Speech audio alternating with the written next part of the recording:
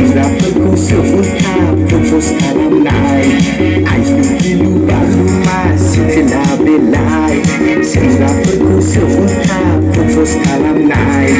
आयु गिलु बालु मा सिखोना बेलाय सेंग्राफोरखौ उल्था प्रपज खालामनाय सावथुननि बिलन बादि नुलायलांथारबाय आरो सावथुननि बिलन बादि नुलायलांथारबाय